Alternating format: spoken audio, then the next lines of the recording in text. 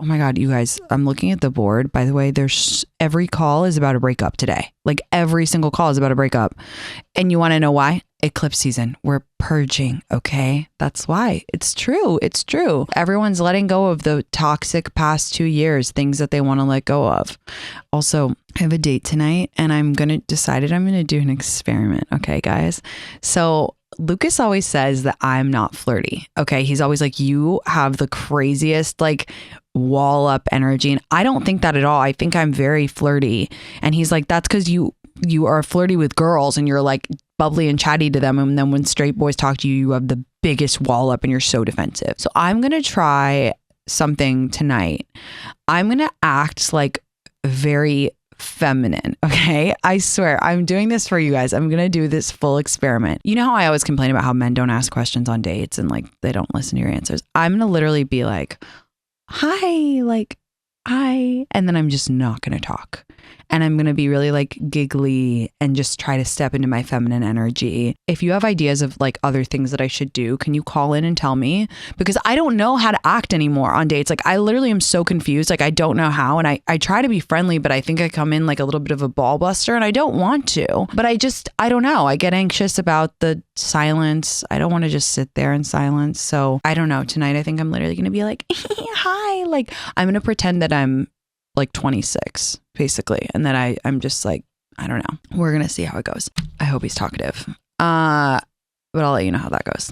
Let's talk to Grace. Hey, Grace, how are you? Hi, TInx. Hi, what's going on? I wish I could give you some dating advice.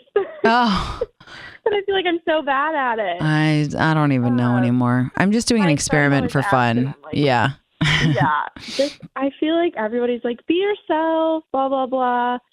And that's so hard. You're like, I don't know what that means. Yeah, I don't know what that means anymore. But I'm just going to do this for fun because, like, why not? Yeah. You know what I mean? No offense to the guy, but, like, it's fine. Get some free dinner, free drinks out of it, you know? Totally. Yeah, I'm going to get sauced up and I'm going to do acting. Like, I'm really going to do acting. But Yes, perfect. The problem is I don't know how girls usually act on dates. I think that they just, like, I don't know, but I want to be like feminine on the date. And I guess that's to not talk because I always fill the silence. And then I end up like, 2 drinks in, I'm like, so do you think aliens are real? And then I'm like a freak and I seem very standoffish. I'm like, what's your attachment style?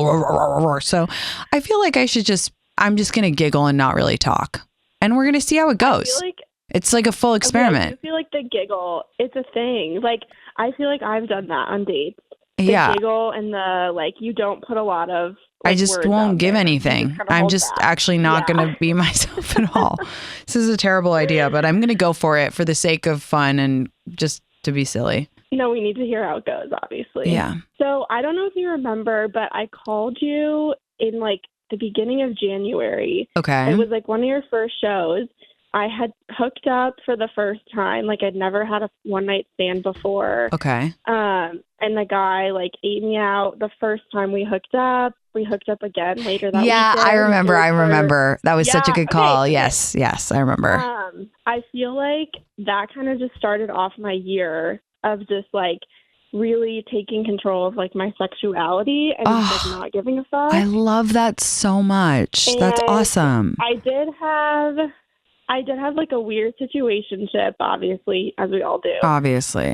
With a different guy in like February, March. Okay. And it ended like in flames, of course. Of course. And he was moving to Chicago and was like, I can't do long distance, blah, blah, blah. Yeah. I was like pretty heartbroken. I hadn't liked somebody in a really long time like that. And so I really like took your advice to heart of like, I threw him a funeral. I did some like witchy shit with my friends. Love. And just was like, I need to move on and like put good energy into the summer. So that was like in April when things ended with him. Okay. And so I took time to just like take a break. And then I met my now boyfriend in the end of June. Love. And I've never had a boyfriend before. Like I've never gotten that serious with anybody. And we like just said, I love you. And I feel like so in love with him. And I just can't, but like, I don't think I would be here without all your advice. So oh my God. Like I had to call and, that's so nice. It's just been amazing, like 3 months.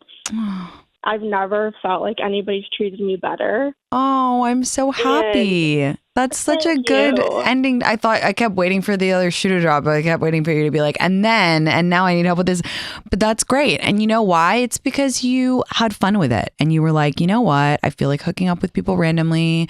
And I feel like exploring my sexuality and being myself and just like, and you were true to yourself. And also because you held a funeral for the dumb situationship, that creates room in your life for more things. You know, sometimes you have to close the door on things to make room for other things. And I think that that's such an amazing testament to that. So I'm so happy for you. You deserve all good things. Thank you. Yeah, it was crazy. The funeral I held for him was like the Friday after the first date I had with my boyfriend on a Wednesday. No way. Like, too perfect. Like, that's crazy. So good. Shit. Yeah, that's crazy witchy shit. And it's just like, it's when we choose to fully let go of things that aren't serving us, that's like the magical moments. And it's just like so good for people to hear that. So thank you for reminding us. Of course. Yeah, I felt like you'd want to know. I did. I'm so glad. I'm so happy for you. Thank you for telling us. Thank you for calling back. Enjoy it. Enjoy all the good times. Thank you. Lots of love, babe. Love you. Love you. Bye. It's so true, you guys. I'm sure triggering a lot of people out there listening who are like, you have that thing and you kind of just like hold a candle for them and you're like, well, maybe they're going to come back. Maybe they're going to act right. Maybe they're going to do this or that. New good things can't come to your life until you fully close the door on the old things that aren't serving you and aren't good for you. And I'm guilty of it too. I wrote some shit on my weird piece of scratch paper this morning that I burned in front of my brother's college friend. Like I left some shit like, you know, because I think that especially if you're a hopeful person, and as women especially, we're always like, we want to give people the benefit of the doubt. We want to give men the benefit of the doubt and say, oh, maybe they'll turn around and figure it out. They're not going to, spoiler alert. Okay. And if they do, it's only going to be when you fully shut the door and take away your energy, because that's how shit works, unfortunately. So I think it's still the eclipse tonight. Take this call, take the eclipse, do it. Let go of that shit. And I said in the Virgo episode about how we're going to maximize the end of the year. Let go of shit that isn't serving you and fully leave it behind you so that you can turn around and make room for new stuff, because that's the only way it happens. Okay, let's talk to Vanessa. Hey, Vanessa, what's up? Hi, TInx. What's going on? I'm glad this episode is about breakups because I have a question regarding that. So I've been in a relationship for about 2 years. The first year was long distance, so it was super easy, fun. But now we've been living together for about 6 months, and I feel like our relationship has taken a turn, and it just seems harder than it should be. Okay. And I feel like the honeymoon phase is over or never really existed when we lived together. Yeah. And I feel like my gut is telling me it's not the relationship for me just based on an accumulation of things. Yeah. So I feel like, you know, I want to trust my gut. And I feel like when you come to this conclusion, it's hard to process. It's hard to put into words. But it's just like this gut feeling that has been like lingering. Oh, I know it well. Yep. Yeah. So I guess my question is, how do you build up the courage to break it off with somebody that hasn't really done anything wrong, but it's just this gut feeling that you know you need to like face? Yeah.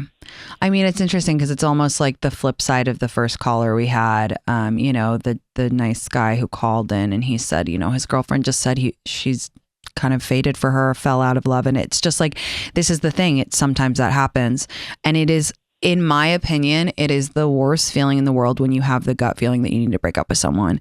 You feel for me, I feel physically sick. I feel like I'm going to have diarrhea at all times. Like it's so stressful. And you're just like, I know I need to do this. And then your brain is like, no, it's fine. You don't need to do this. It's fine. But you just know in your gut that you have to do it. For me, it's like, I like to kind of just rip the Band-Aid. Once I've made the decision, there's really no going back. It's very hard to like, you know, backpedal. And it's not really fair to the other person, right? As if you've made the decision, you're just prolonging the inevitable.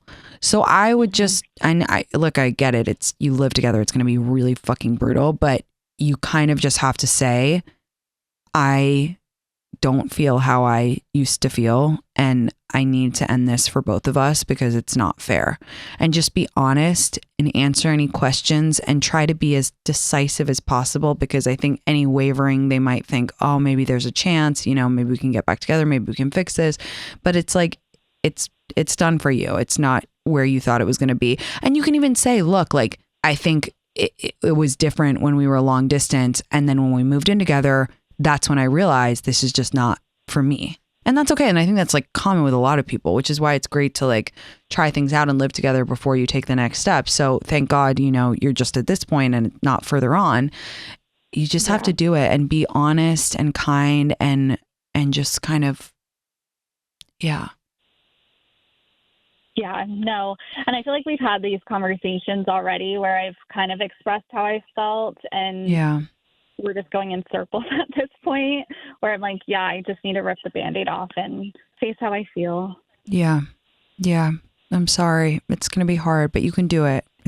You Thanks just so much. You got to do it again to like make room for the right person to come in your life, because it shouldn't feel like this.